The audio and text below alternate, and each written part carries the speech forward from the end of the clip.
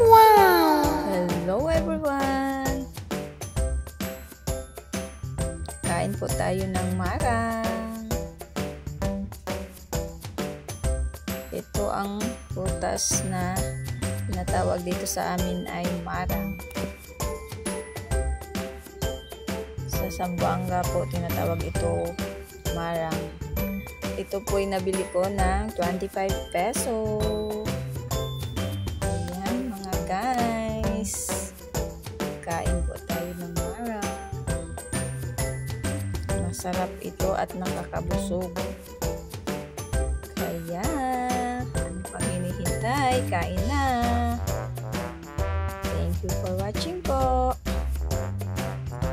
Good day everyone. Have a nice day. God bless.